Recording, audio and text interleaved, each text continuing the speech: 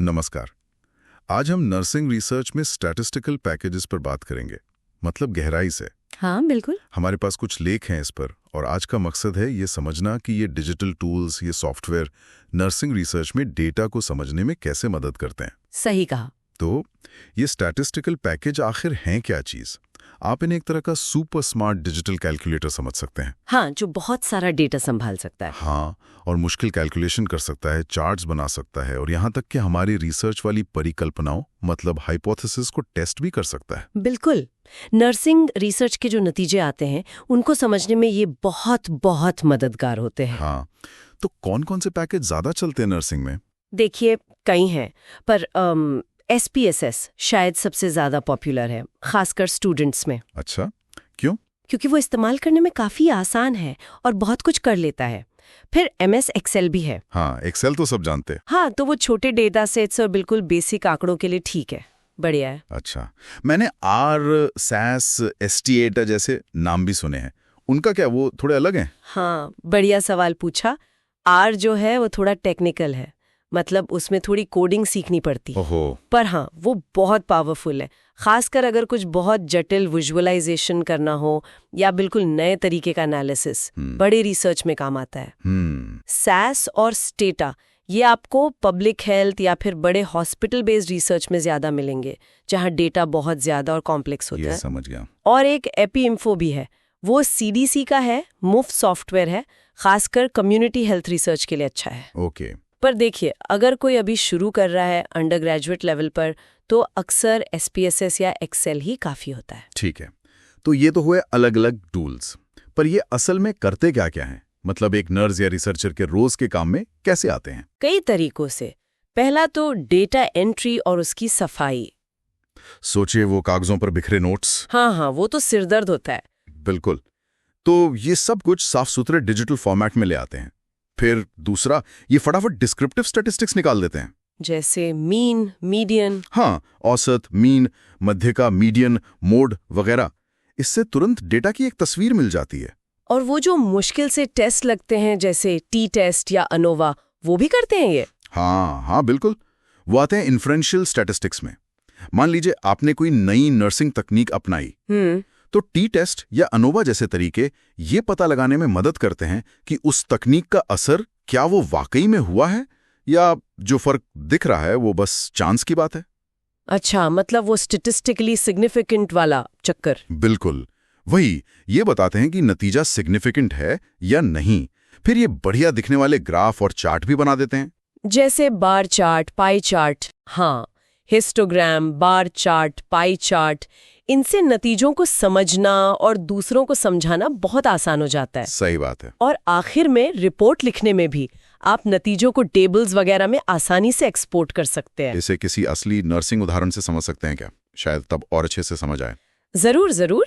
मान लीजिए एक प्रोजेक्ट है, बच्चों के वार्ड में हाथ साफ रखने की आदत और इन्फेक्शन रेट पर उसका असर। ठीक है। हाँ, ठीक है। तो रिसर्चर क्या करेंगे? पहले हाथ धोने की ट्रेनिंग से पहले का डेटा लेंगे, इन्फेक्शन रेट का।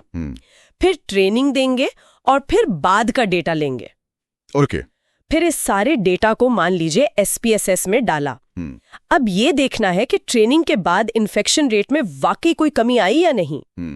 तो इसके लिए वो पैड T-टेस्ट चलाएंगे। पैड T-टेस्ट। और फिर वो P वैल्यू की बात आती है ना, वो क्या बला है? हाँ बिल्कुल, T-टेस्ट से उन्हें एक P वैल्यू मिलेगी। अब P वैल्यू आसान भाषा में ये बताती है कि जो अंतर दिख रहा है, जैसे इन्फेक्शन रेट कम होना, उसके सिर्फ संयोग से होने की कितनी संभावना है। अच्छा। अगर P वैल्यू बहुत छोटी है, आमतौर पे हम 0.05 से कम लेते हैं, तो हम मानते हैं कि अंतर असली है, ये सिर्फ तुक्का नहीं है। समझ गया। फिर रिसर्चर इन नतीजों को समझाते हैं, प्रेजेंट करते हैं।